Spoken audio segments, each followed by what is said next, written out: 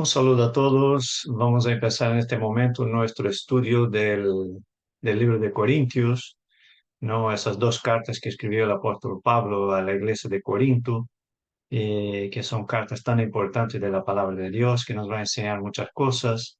Vamos a empezar con una breve introducción, ¿no? La ciudad de Corinto era una ciudad muy importante en el momento en que Pablo pasó por ella, predicó el evangelio allí. Era una ciudad grande, ¿no? Próspera, pero también era una ciudad donde había mucha corrupción. Y Pablo va a esta ciudad viniendo de Atenas y empieza a predicar el evangelio. Entonces, en este momento, en la sinagoga a los judíos y, y los judíos lo rechazan. Los judíos había una gran comunidad de judíos en la ciudad de Corinto, pero ellos rechazan el mensaje de Pablo, la predicación del Evangelio de Jesucristo como el Mesías, como el Salvador. No todos, porque algunos sí lo aceptan y se convierten, pero la gran mayoría lo rechaza.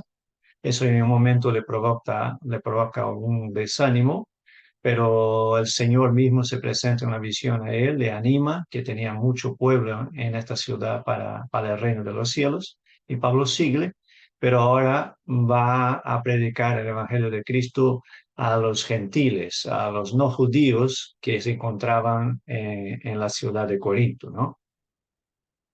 Pablo está ahí enseñando a la gente por un tiempo, se queda más o menos año y medio predicando el Evangelio y consolidando la iglesia en la ciudad de Corinto, ¿no? Y como eh, la ciudad de Corinto evoluciona y Pablo se va, lo que ocurre es que después de más o menos unos 4 años que Pablo había salido de Corinto, empiezan a lo largo de esos 4 años a surgir problemas y dificultades en la iglesia y los líderes de la iglesia en este momento no sabían manejar esos problemas. Y entonces envían cartas al apóstol Pablo y la primera carta de Corintios y la segunda carta de Corintios son respuestas en realidad de Pablo a las situaciones y los problemas que estaban ocurriendo en este momento en la iglesia de Corinto, ¿no? Pablo, cuando escribe la primera carta, está en Éfeso y vemos que esas dos cartas son cartas que contienen una gran enseñanza en relación a la conducta cristiana, ¿no? En respuesta a los problemas que estaban ocurriendo en la iglesia de Corinto, Pablo escribe, ¿no? Cómo se debe comportar un hijo de Dios, un discípulo de Jesucristo, ¿no? Cómo se debe de comportar en comparación con el comportamiento que estaban teniendo los hermanos de Corinto en este momento específico, ¿no?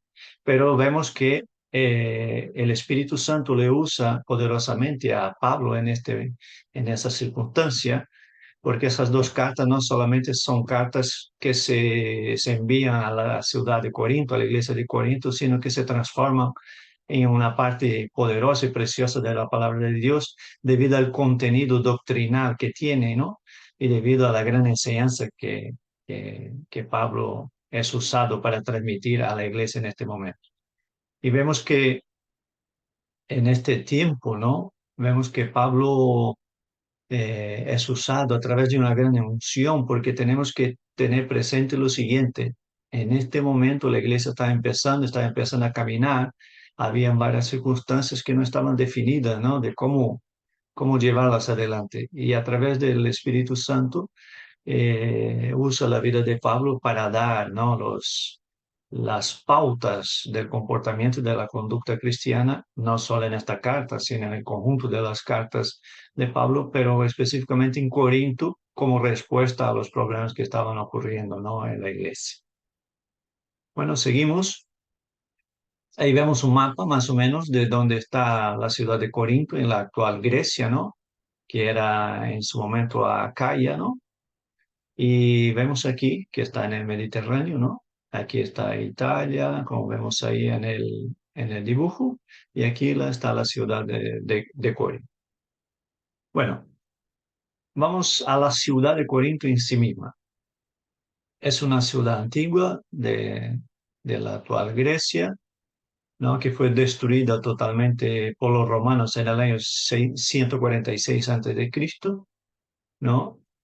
Y un siglo más tarde la vuelven a reconstruir, ya conquistada por los romanos, y como era una ciudad estratégicamente posicionada en el Mediterráneo, se convirtió en una ciudad muy importante para los romanos.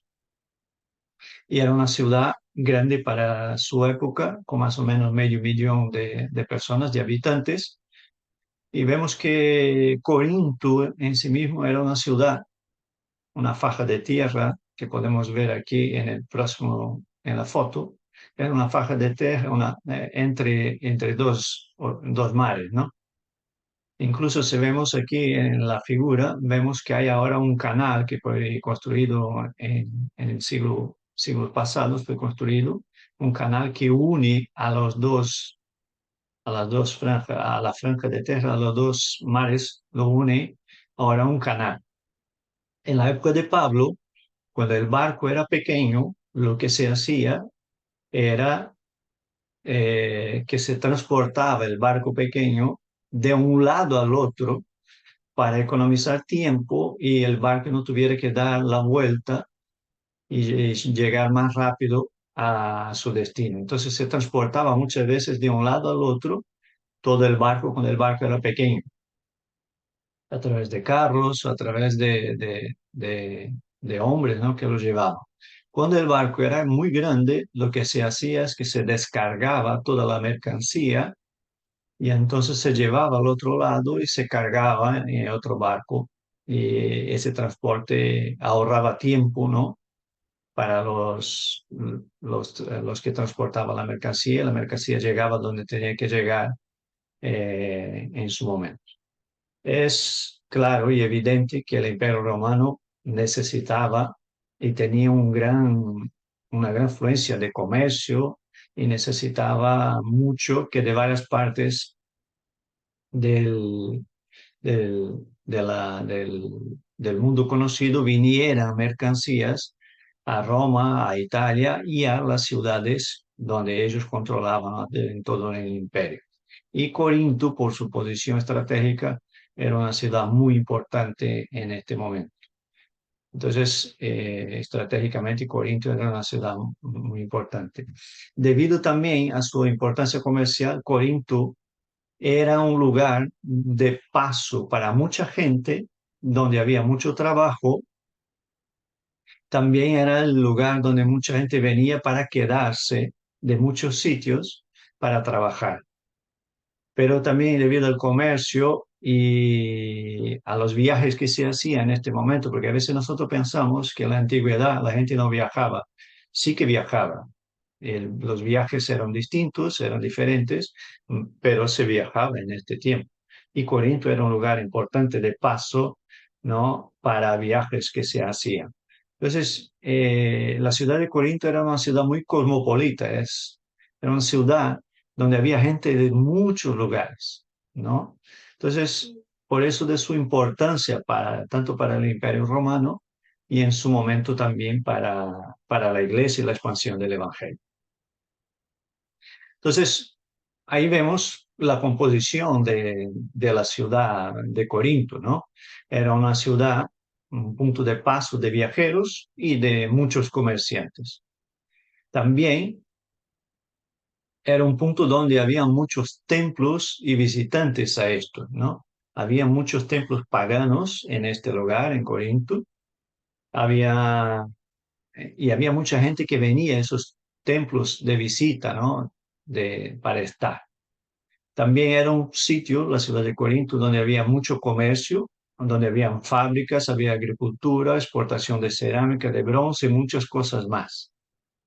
Entonces, había un gran trasiego de gente de muchos lados y había muchas oportunidades económicas. Por eso la gente o pasaba por ahí para hacer negocios o automáticamente, según su necesidad, ¿no? Y las oportunidades, se quedaba. En Hechos 18:4 vemos que había una sinagoga en esta ciudad De hecho, debería de haber un gran número de judíos en la ciudad de Corinto, por eso había una sinagoga donde ellos se reunían, ¿no? Y entonces, debido al gran paso de personas en Corinto, al establecerse la iglesia, ese movimiento contribuyó a la propagación del evangelio por otras partes, ¿no? La gente que venía y recibía el evangelio en la iglesia de Corinto, después se iba a su tierra natal y propagaba el evangelio, ¿no? Por eso también Pablo Dios llevó a Pablo a Corinto en este momento para la predicación del evangelio y para contribuir con el crecimiento del reino, ¿no? Y en la ciudad de Corinto había algo que nosotros vemos cuando leemos Hechos 18 y cuando leemos las cartas, vamos a ver que en Corinto había muchos prosélitos y temerosos de Dios. Bueno, los prosélitos eran los que aceptaban las enseñanzas del Antiguo Testamento, ¿no? De la sinagoga y se circuncidaban igual que los judíos y seguían la ley. Entonces, y los temerosos de Dios es los que aceptaban todas estas cosas, pero no se circuncidaban y no se convertían en judíos, pero sí eh, aceptaban todos los principios de la palabra. Es lo que ocurre porque a veces en las cartas están citados prosélitos o temerosos, y entonces entendemos que eran personas que ya conocían la palabra y que cuando Pablo presentó a Jesús como Mesías, entonces vemos que son personas que ya no eran judíos, no estaban convertidos al judaísmo algunos, pero sí que recibieron la palabra de salvación de Jesús como Mesías, ¿no? Entonces, para entender. Y era una gran mezcla de muchas culturas, de mucha gente, muchos templos. Era una ciudad donde había muchas oportunidades, había mucho comercio, mucho negocio, pero también había, de cierta manera, una afluencia espiritual, aunque nosotros vamos a ver que no todo lo que se decía espiritual era espiritual en este momento. Bueno, seguimos. Esta es una imagen, es una ilustración solamente, por supuesto, de cómo podría ser Corinto en este momento después de la reconstrucción romana, ¿no? Es una ilustración de una ciudad romana de cómo podría ser Corinto en el tiempo de Pablo. Y ahí seguimos y vemos cuáles eran las condiciones morales, ¿no? de la ciudad de Corinto. Bueno, una ciudad que vive en el mundo y que que los cristianos no existían o eran o son la minoría, la gran tendencia es de que la gente viva en la carne, en las cosas del mundo, en la idolatría y muchas cosas más. Bueno, Corinto no era diferente en este tiempo, pero iba más allá en sus problemas y en su comportamiento moral, ¿no? De hecho, los corintios amaban, y los que vivían en la ciudad de Corinto, amaban los deleites y los buscaban de muchas maneras, ¿no? Entonces, en Corinto, buscar los deleites de la carne era algo muy común. Y vamos a ver que en algunas circunstancias era visto como algo espiritual, religioso, cuando en realidad nosotros sabemos que no lo es. Entonces, los corintios eran amantes de los deportes, ¿no? Ahí se realizaba una especie de olimpiada y también hubo en algún momento participación de las antiguas olimpiadas. Corinto fue una ciudad estratégica en la realización de esos juegos, pero lo que me llama más la atención entre tantos templos que había en la ciudad de Corinto era uno donde había 1.000 jóvenes esclavas y que eran sacerdotisas, como eran llamadas, que estaban ahí en un templo, que estaban simplemente para la práctica de la prostitución religiosa, ¿no? Algo que todos veían como normal. Es decir, el hombre se acercaba al templo, hacía una ofrenda y se acostaba con una de las sacerdotisas y eso era tenido en este momento como algo espiritual, ¿no? A una diosa del panteón griego, ¿no? Entonces, esas son las circunstancias que ocurren en la ciudad de Corinto, que habla del porqué de la degradación moral que había, ¿no? Solo se buscaba las cosas de la carne y cuando se veía que la prostitución era algo religioso y espiritual, cuando no lo era, solo era algo de la carne, entonces cuando el ser humano entra en esta condición, ¿no? de desviación moral y cuando lo que él está haciendo simplemente es algo de la carne, no hay nada del espíritu, es como vale todo, ¿no? Podemos hacer todo, buscar todos las emociones, ¿no? Los sentimientos. No es muy diferente de algo que nosotros vivimos en nuestros días, ¿verdad? Lo que vivimos en este momento. Entonces, era la condición moral. ¿Por qué hablamos de la condición moral de Corinto en este? Porque vamos a ver que parte de los problemas citados en las cartas que responde Pablo tiene mucho que ver con el comportamiento moral. Entonces, las condiciones morales de la ciudad de Corinto eran horribles. Tengamos eso presente para todo, para estudiar todo el libro y entender todo lo que ocurría. Bueno, en algún momento la palabra Corinto, en el contexto de Pablo, de la vida de Pablo eh, y de los demás habitantes de la ciudad, llegó a ser sinónimo de prostitución. Es decir, hablaban de Corinto, hablaban de prostitución. Entonces, es algo que ocurría en este momento y hablaba del bajo nivel moral que tenía la ciudad y los habitantes de la ciudad. Bueno, siguiendo, vemos y tenemos que entender que la iglesia no vive una burbuja. La iglesia vive y está metida en un contexto social. Es decir, tarde o temprano los que pueden tener menos sensibilidad espiritual o pueden querer traer cosas que están ocurriendo en la sociedad en este momento para dentro de la iglesia. Eso ocurría en el tiempo de Pablo, a lo largo de toda la historia de la iglesia y también ocurre en nuestros días, infelizmente, que la gente vive cosas en la sociedad, las ve tan normal que al final las quieren traer para dentro de la iglesia, cuando muchas veces esas actitudes o esas prácticas no tienen nada que ver con el comportamiento cristiano, ¿no? El comportamiento que dice la palabra de Dios. Y no era diferente en la iglesia de Corinto. También es verdad que las personas llegan a la iglesia y se entregan a Cristo y unas tardan más y otras tardan menos a ser libertas de sus conductas anteriores. Entonces hay gente que se convierte al Señor y simplemente al día siguiente lo deja todo.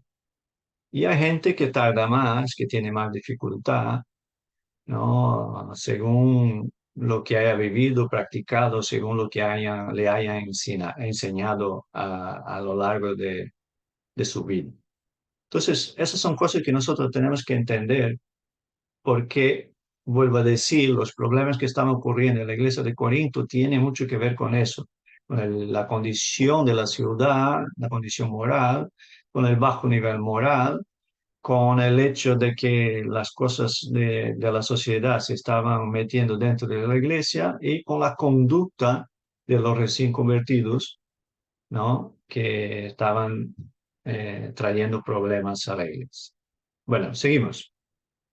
La iglesia en sí de Corinto se fundó en el año 50 después de Cristo, ¿no? El relato de la fundación de la iglesia está en Hechos 18, que es muy importante que leamos Hechos 18, ¿no? De hecho, para entender bien el contexto de Corinto, es importantísimo que leamos el libro de Hechos y leamos Primera y Segunda de Corintios y los tengamos presente todo el tiempo que vamos a estudiar leyendo los textos que eso nos va a ayudar a entender. Entonces, Pablo fue que fundó la iglesia en el año 50, ¿no? Y estuvo ahí más o menos un año y medio. Fundó la iglesia, empezó a trabajar con ellos, a enseñarles y a estar con ellos, y estuvo ahí 18 meses enseñando la palabra de Dios. Algo que ya hemos dicho, él llegó primeramente y era un proceder que Pablo siempre lo hacía. Él llegaba a la ciudad, iba a la sinagoga y empezaba a predicar el evangelio a los judíos en la sinagoga. Y entonces era lo que siempre hacía. Pero en Corinto, como fue rechazado por los judíos, no todos, como he dicho antes, él se volcó y se centró en predicar el evangelio a los gentiles, a los no judíos, ¿no? Y ahí entran los prosélitos, los temerosos de Dios y los griegos que no conocían el evangelio, gente de muchos tipos que se convirtieron al Señor. Y ahí también tenemos que entender que Pablo predicó el Evangelio y lo recibió gente de todo tipo, de todo nivel de clase social, y, y la iglesia era una representación de la mezcla que había, ¿no? En la ciudad. También eso lo se veía dentro de la iglesia, ¿no? Y vemos que la iglesia de Corinto se fundó porque primero Pablo bajo una indicación de Dios fue a esta ciudad, bajo un llamado del Señor, pero también debemos de tener presente que Pablo fue a atender a una necesidad, sabiendo lo que era la ciudad de Corinto, que era la palabra Corinto, era sinónimo de prostitución, de que había varios templos ahí que se relata en el propio libro de Hechos, y el hecho de que había una gran ignorancia espiritual en este momento en la ciudad de Corinto. Pablo es llevado por Dios ahí a predicar el Evangelio para rescatar a todos aquellos que creyeron, ¿no? Entonces, él va bajo un llamado y bajo una necesidad. Y nosotros también debemos de tener presente eso en nuestra vida como hijos de Dios, el hecho de que en algunos momentos Dios tiene un llamado para nuestras vidas y nuestro llamado va a atender a una necesidad específica, ¿no? En un lugar, ¿no? O en una nación, en una ciudad, en una barriada o dentro de nuestro diario vivir. Bueno, seguimos. Entonces, aquí habla de la composición de los miembros de la iglesia de Corinto. Y vemos que la iglesia de Corinto, como he dicho antes, estaba compuesta de la misma mezcla, ¿no? Habían judíos, gentiles, obreros humildes, ricos hacendados, hombres de negocio, esclavos, libres. Había gente de todo tipo en la ciudad y por consiguiente también en la iglesia, ¿no?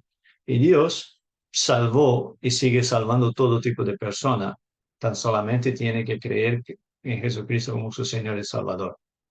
Y eso es lo que ocurrió en este momento. Entonces, los miembros de la iglesia de Corinto eran gente de todo tipo. Era una mezcla, ¿no? De gente en la iglesia. Seguimos y entonces vemos, ¿no? Eh, ¿Qué son las cartas a los corintios?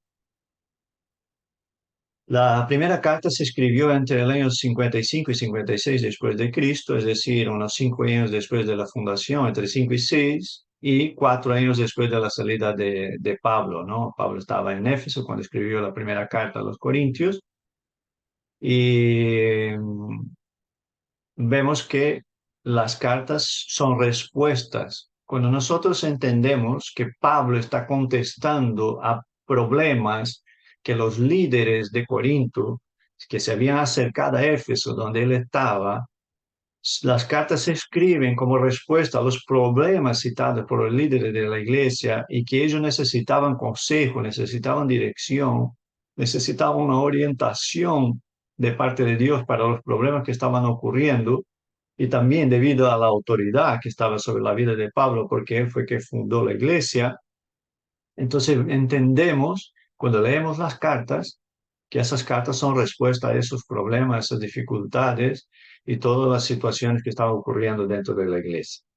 Entonces vemos claramente que Pablo contesta esos problemas y da directrices de cómo debe comportarse el cristiano, ¿no? En contrapartida con el comportamiento del mundo, el comportamiento carnal. Y vemos que Pablo entonces da varios consejos y bases doctrinales para el comportamiento del creyente, del cristiano, ahí justamente en las dos cartas que escribe a los Corintios. Bueno, los temas que son citados en primera y segunda de Corintios, ¿no? Para como una especie de resumen de lo que ocurrió, ¿no?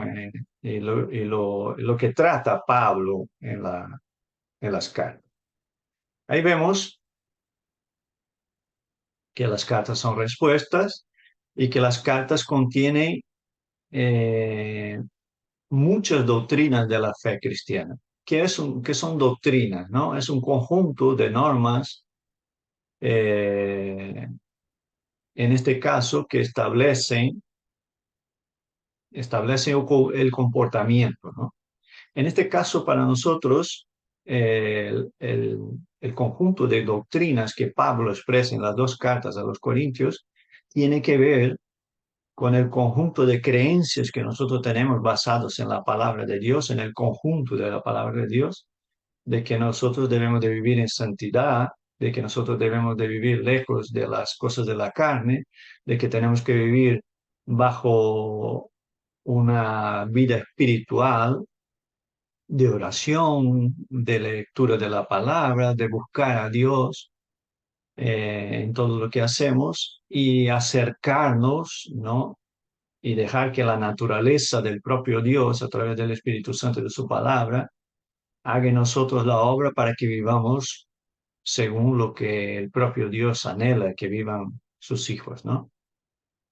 Entonces, vemos que Primera de Corintios, que es la primera carta que escribe Pablo, se centra más en la conducta cristiana, ¿no?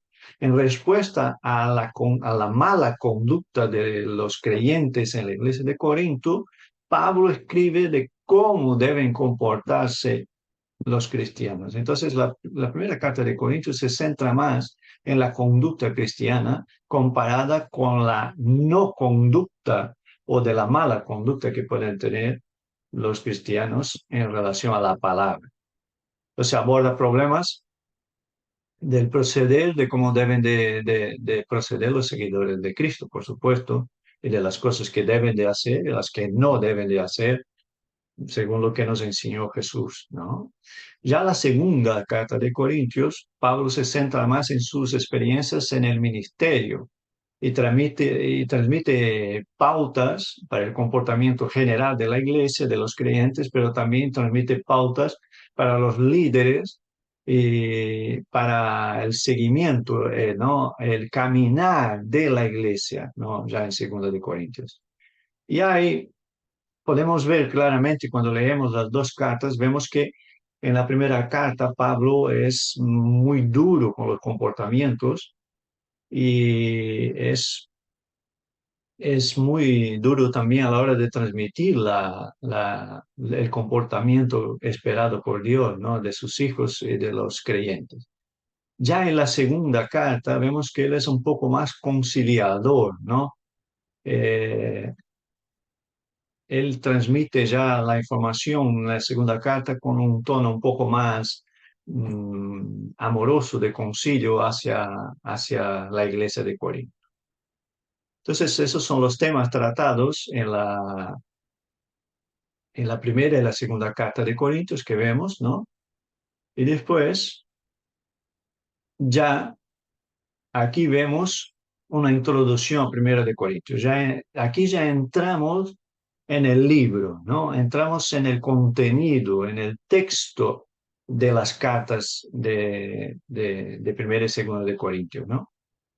Y aquí vamos a ver, en el capítulo 1, del versículo 1 al 9, vemos que en esos 9 versículos vemos algo muy importante, ¿no? hay un gran contenido de lección vital de teología solo en esos 9 versículos iniciales donde Pablo aborda muchas cosas que son fundamentales para la iglesia en aquel tiempo, para la iglesia de Corinto y para la iglesia a lo largo de la historia, ¿no? Eh, Son lecciones de teología, es decir, de comportamiento cristiano, de doctrina, de fe para los creyentes, los hijos de Dios, muy importantes que se abordan en el texto. Y Pablo usa palabras en Primera de Corintios como apóstol. Tenemos que tener presente que casi nunca en las cartas Pablo se refiere a sí mismo como apóstol, pero él en este momento lo hace reivindicando una autoridad que está sobre su vida para también dar peso a todo aquello que está transmitiendo a la iglesia en este momento, ¿no? Usa la palabra iglesia, ¿no? Usa la santificado, santos, gracia, paz, don espiritual, comunión y el Señor Jesucristo. Entonces son palabras que él introduce en justamente la carta a la iglesia de Corinto, en Primera de Corintios, las primeras palabras en la carta viene a transmitir todo este contenido y estas palabras específicas, ¿no? Porque tiene una intención detrás de estas palabras que es justamente establecer pautas, ¿no? Y principios de la doctrina, de la fe y del comportamiento cristiano. Y por supuesto, en todo lo que hace, todo lo que dice, todo lo que escribe Pablo, vemos que el corazón de la teología de Pablo es Jesucristo como Señor y Salvador. Es Jesucristo como aquel que salva, el centro de la salvación y el centro de toda la iglesia. Es la persona bendita del Señor Jesucristo en su ministerio, muerte, resurrección. Esa es la base, la línea central de la teología de Pablo, ¿no? Y también vemos que en la introducción a Primera de Corintios, Pablo hace algo muy interesante al empezar la carta. Él no empieza hablando de los problemas. Él ya no introduce la carta hablando de los problemas. No, él hace algo muy importante en esos primeros 9 versículos de la primera carta a los Corintios, que es hablar de las bendiciones recibidas, ¿no? Hace recordar a la iglesia de Corinto la importancia de todo lo que se ha recibido a través de la salvación en Cristo Jesús y que lo hemos recibido a través de la obra de Jesús en nuestra vida. Entonces es algo muy importante para tenerlo presente, de que Pablo hace recordar a los corintios la bendición de recibir y todo lo que hizo Jesús por nosotros. Y que tengamos eso presente, que lo recibimos por gracia, que no es algo que nosotros merecemos, que no es algo que nosotros lo hemos recibido por algo que hemos hecho, sino simplemente porque hemos creído en Jesucristo como nuestro Señor y Salvador. Entonces él empieza con lo bueno, hace esa introducción con lo bueno, con las bendiciones que recibimos en el reino de los cielos. Y hace esa introducción en lo que empieza la carta a los Corintios, y a través de esa introducción vamos viendo después que después de eso, entonces él empieza a tratar los problemas de conducta y de comportamiento que hay en la iglesia de Corinto. Entonces, algo muy importante. Bueno, aquí termina lo que es la lección de número 1, ¿no? Del libro de Corintios que nosotros estamos estudiando y que hemos visto en este momento. Y terminamos con esta introducción y seguimos más adelante con la lección de número 2. Terminamos, que Dios bendiga, un abrazo, bendiciones.